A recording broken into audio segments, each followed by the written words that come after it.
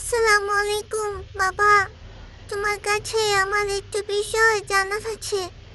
আমাদের মুসলিমদের ফরজ নামাজ মোট কত রাকাত এবং কোন ওয়াক্তে কত রাকাত ফরজ নামাজ আদায় করতে হয়?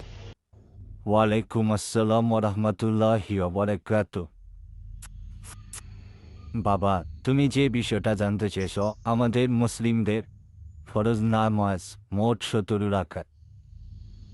যেমন ফজরি রক্তে 2 রাকাত, জোহর রক্তে 4 রাকাত এবং আসরি রক্তে 4 রাকাত, মাগরিব রক্তে 3 রাকাত ও এশার রক্তে 4 রাকাত ফরজ নামাজ আদায় করতে হয় আমাদের মুসলিমদের জন্য।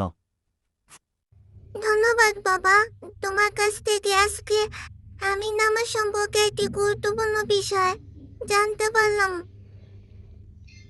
বন্ধুরা, তোমরা এমন ভিডিও চাইলে চ্যানেলটিকে সাবস্ক্রাইব দিয়ে রাখো।